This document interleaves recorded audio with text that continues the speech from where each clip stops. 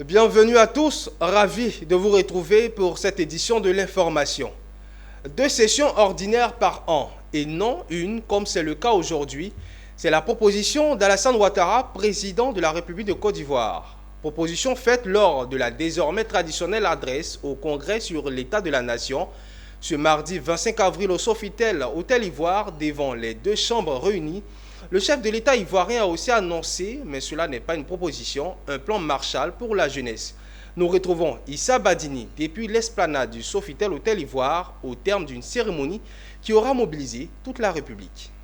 L'exercice commence à plaire du côté de la Laguine-Brié car c'est la 3e fois que le président Ouattara s'adresse à l'Assemblée nationale et le Sénat réunis sur la vie de la nation. 41 minutes au chrono où le président est allé partout et partout là où besoin se fait sentir, l'économie, la santé, l'agriculture, le sport.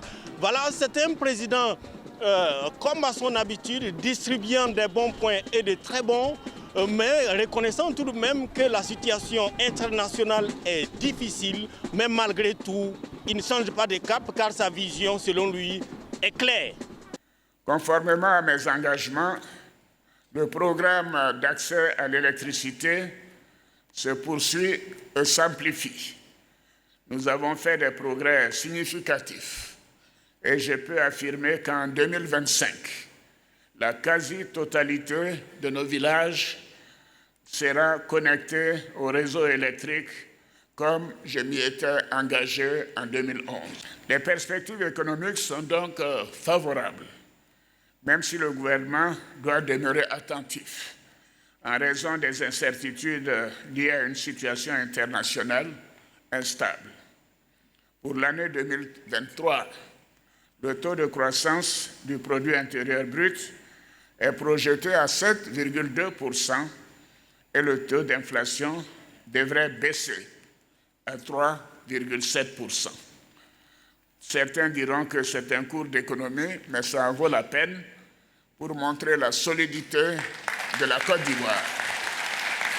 L'une des grandes annonces de cette rencontre aura été la modification de la Constitution que le président a proposée, permettant à l'Assemblée nationale de pouvoir se réunir 2 fois dans l'année et non pas une seule fois comme c'est le cas depuis un certain temps. Alors, les modifications que je propose visent entre autres l'instauration de 2 sessions ordinaires au Parlement.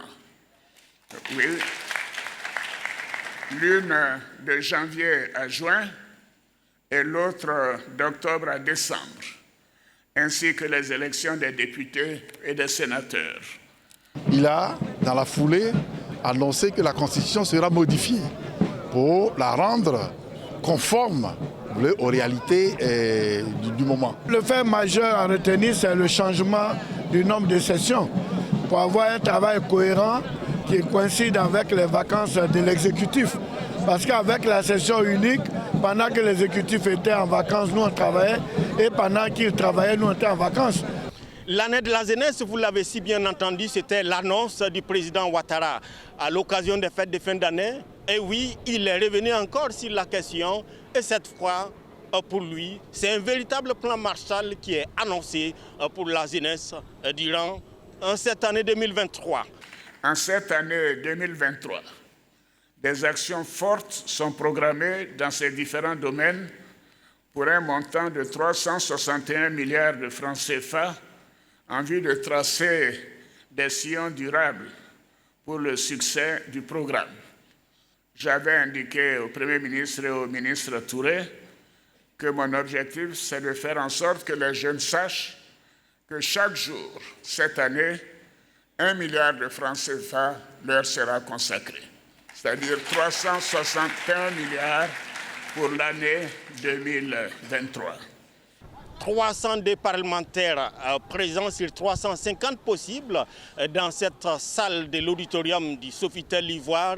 Il y avait également le Premier ministre de la République, le vice-président de la République, les ambassadeurs accrédités en Côte d'Ivoire, les chefs coutumiers et religieux. Bref, c'est tous les corps constitués qui sont présents à cette messe du président Ouattara face à la nation et surtout face à son congrès. Et ce sont des participants qui ressortent ravis. Du discours du président, je retiens que la Côte d'Ivoire a regagné sa place dans les nations, qu'elle va bien et que c'est l'année de la jeunesse, que le président a dépêché ses ministres pour que chaque jeune puisse demain s'intégrer dans la nation ivoirienne. Le fait même de faire l'état de la nation, c'est une très belle initiative. Je pense que tout un chacun vivant dans ce pays a besoin chaque année de voir dans quel état se trouve la Côte d'Ivoire et quelle est la perception des autorités. Donc moi je salue ça et c'est une très bonne chose. Ensuite, ce que les opérateurs privés gagnent, c'est de savoir où va la Côte d'Ivoire, qu'est-ce qui a été fait, qu'est-ce qui va être fait. C'est en fonction de cela que nous faisons nos projections, voyez-vous. Et je sais que tous les dirigeants du secteur privé étaient là ce matin, j'en ai croisé. Et ils sont plus ou moins apaisés de savoir que le président a une vision, a des projections et a des projets précis qu'il va mettre en œuvre.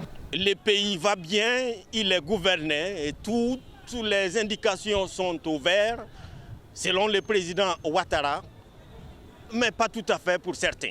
Le président, à travers le gouvernement, a fait des efforts, mais il y a beaucoup encore à faire parce que nos parents vivent des réalités malheureusement.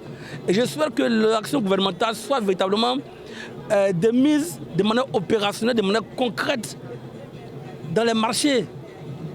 Parce que nos parents ont du mal à suivre aujourd'hui. Ce discours intervient également à moins de 5 mois des élections locales où le président, lors de son intervention, a appelé les uns et les autres à des élections apaisées.